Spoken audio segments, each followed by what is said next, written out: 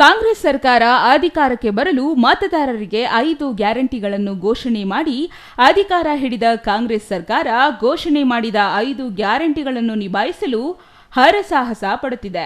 ಈಗಾಗಲೇ ಗ್ಯಾರಂಟಿಗಳನ್ನು ಜನರಿಗೆ ತಲುಪಿಸಲು ರಾಜ್ಯದ ಖಜಾನೆಯಲ್ಲಿರುವ ಹಣ ಖಾಲಿಯಾಗಿದೆ. ಇಂತಹ ಸಂದರ್ಭದಲ್ಲಿ ಮಹರ್ಷಿ ವಾಲ್ಮೀಕಿ ಅಭಿವೃದ್ಧಿ ನಿಗಮದ ಹಣ ಲೂಟಿ ಮಾಡಲು ಮುಂದಾಗಿದ್ದಾರೆ ಎಂದು ಆರೋಪಿಸಿದರು. ವಾಲ್ಮೀಕಿ ಅಭಿವೃದ್ಧಿ ನಿಗಮದ 187 ಕೋಟಿ ಹಣ ಬೇರೆ ಬೇರೆ ಅಕೌಂಟ್ಗಳಿಗೆ ವರ್ಗಾವಣೆ ಮಾಡಿರುವ ವಿಚಾರವಾಗಿ ಈಗಾಗಲೇ ಸರ್ಕಾರಿ ಅಧಿಕಾರಿಯೊಬ್ಬರು ಡೆತ್ ನೋಟ್ ಬರೆದಿಟ್ಟು ಆತ್ಮಹತ್ಯೆ ಮಾಡಿಕೊಂಡಿದ್ದರು. ಇದು ಮಾಧ್ಯಮಗಳಲ್ಲಿ ಬಹಿರಂಗವಾದ ಕೂಡಲೇ ಆಗಿನ ಸಚಿವರಾಗಿದ್ದ ನಾಗೇಂದ್ರ ಅವರ ವಿರುದ್ಧ ಅಕ್ರಮ ಹಣ ವರ್ಗಾವಣೆ ಆರೋಪ ಕೇಳಿಬಂದಿತ್ತು. ಆಗ ಇದನ್ನೇ ಅಸ್ತ್ರ ಮಾಡಿಕೊಂಡ ಬಿಜೆಪಿ ನಾಯಕರು ಸರ್ಕಾರದ ವಿರುದ್ಧ ಬೃಹತ್ ಪ್ರತಿಭಟನೆ ಮಾಡಿ ಸಚಿವ ಸ್ಥಾನದಲ್ಲಿದ್ದ ನಾಗೇಂದ್ರ ಅವರನ್ನು ಸಚಿವ ಸ್ಥಾನದಿಂದ ರಾಜೀನಾಮೆ ನೀಡುವಂತೆ ಮಾಡಲಾಗಿತ್ತು.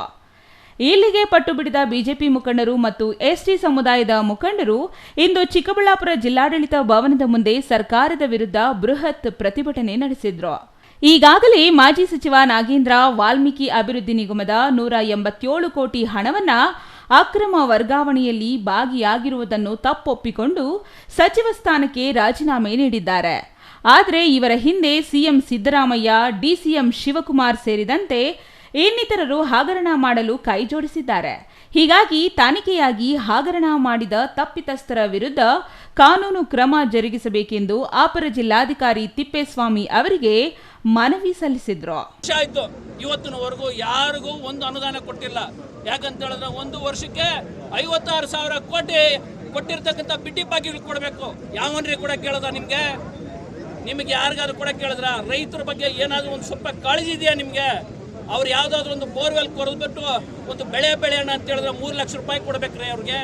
ಎಲ್ಲಿಂದ ತರೋದು ರೈತರು? 3 ಲಕ್ಷ ರೂಪಾಯಿ ಡೆಪಾಸಿಟ್ ಕಟ್ಟು ಅಂತಾರೆ, ಟ್ರಾನ್ಸ್ಫರ್ ಹಾಕ್ಬೇಕು ಅಂತ ಹೇಳಿದ್ರೆ ಎಲ್ಲಿಂದ ತಂದು ಕಟ್ಟೋದು ರೈತರು? ಆ ರೈತರಿಗೆ ಗೋಳೊಡ್ಬೇಕು ಯಾರೀ ನೋಡೋದು? ಪ್ರವಾಹಗಳು ಬರ್ತಾ ಇದಾವೆ. ಇಷ್ಟು ದಿವಸ ಮಳೆ ಇಲ್ದಿರ ಬರಗಾಲ ಇತ್ತು, ಒಂದು ಬೆಳೆ ಆಗಿಲ್ಲ ರೀ. ಅನುದಾನಗಳು ಏನಾದ್ರು ಕೊಟ್ಟಿದ್ದೀರಾ? ಬರ ಪರಿಹಾರ ಏನಾದ್ರು 1 ರೂಪಾಯಿ ರಿಲೀಸ್ ಮಾಡಿದ್ದೀರಾ? ಏನೂ ಮಾಡ್ತಾ ಇಲ್ಲ ನೀವು. ನಿಮ್ಗೆ ಯಾರೇ ನಿಮ್ಗೆ ಏನು ಕೂರಿಸಿರೋದು ಜನ? ನಿಮ್ಗೆ ಕೊಟ್ಟಿರ್ತಕ್ಕಂಥದ್ದು ಒಳ್ಳೆ ಸರ್ಕಾರ ಕೊಡ್ತೀರಿ ಅಂತ ಕೂಡಿಸಿದ್ದಾರೆ. ಬಿಟ್ಟಿ ಬಾಕಿಗಳನ್ನ ಆಮಿಷಗಳನ್ನ ಒಟ್ಟುಕೊಟ್ಟು ಬಂದು ನೀವು ಸೀಟಲ್ಲಿ ಕೂತ್ಕೊಂಡು ಎಲ್ಲ ಕೂತಿರ್ತಕ್ಕಂಥ ಹೈಕಮಾಂಡ್ ಮಾತುಗಳು ಕೇಳ್ಕೊಂಡು ನೀವು ಬೇರೆ ರಾಜ್ಯಗಳಿಗೆ ನಮ್ಮ ತೆರಿಗೆ ಹಣ ತೋರಿಸ್ಕೊಳ್ಳಿ. ಯಾರದ್ರೆ ನಿಮ್ಮ ಅಪ್ಪಂದೇನ್ರಿ ದುಡ್ಡೋದು? ನಿಮ್ಮ ಅಪ್ಪಂದೇನಾದ್ರು ತಗೊಂಬಂದು ಮಾಡಿದ್ರೆ ನೀವು ಕಳಿಸ್ಕೊಡ್ರಿ. ನೀವು ಸಂಪಾದನೆ ಮಾಡಿದಿರಲ್ಲ ಸಾವಿರಾರು ರೂಪಾಯಿ ಕೋಟಿ, ಅದನ್ನು ನೀವು ಕಳಿಸ್ಕೊಡಿ. ನೀವು ಎಲೆಕ್ಷನ್ ಬೇರೆ ರಾಜ್ಯಗಳನ್ನ ಮಾಡ್ಕೊಳ್ಳಿ, ಏನಾದರೂ ಮಾಡ್ಕೊಳ್ಳಿ. ಜನಸಾಮಾನ್ಯರ ತೆರಿಗೆ ಹಣನ ನೀವು ಕಳಿಸೋದಕ್ಕೆ ನೀವು ಯಾರು ಭ್ರಷ್ಟಾಚಾರದಲ್ಲಿ ನಿರತರಾಗಿದ್ದಾರೆ ಅವ್ರನ್ನ ಕೂಡಲೇ ಅವ್ರ ಮೇಲೆ ಆಕ್ಷನ್ ತಗೊಂಡು ಅವರ ರಾಜೀನಾಮೆ ಪಡೆಯೋದ್ರ ಮುಖಾಂತರ ಅವ್ರನ್ನ ಮನೆಗೆ ಕಳಿಸ್ಲಿಲ್ಲ ಅಂತ ಹೇಳಿದ್ರೆ ಯಾವುದೇ ಕಾರಣಕ್ಕೂ ಭಾರತೀಯ ಜನತಾ ಪಾರ್ಟಿ ನಿಮ್ಮನ್ನು ಇಲ್ಲಿ ಕೂರಕ್ಕೆ ಬಿಡೋದಿಲ್ಲ. ನಿಮ್ಮನ್ನು ಮನೆಗೆ ಕಳಿಸಕ್ಕಂತ ಕೆಲಸ ಮಾಡೇ ಮಾಡ್ತೀವಿ.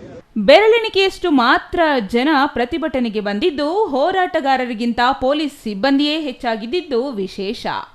ಪ್ರತಿಭಟನೆ ಸ್ಥಳದಲ್ಲಿ ಯಾವುದೇ ರೀತಿಯ ಅಹಿತಕರ ಘಟನೆ ನಡೆಯದಂತೆ ಬಂದೋಬಸ್ತ್ಗೆ ಬಂದಿದ್ದ ಪೊಲೀಸ್ ಸಿಬ್ಬಂದಿಯೇ ಪ್ರತಿಭಟನಾಕಾರರಿಗಿಂತ ಹೆಚ್ಚಾಗಿದ್ದರು.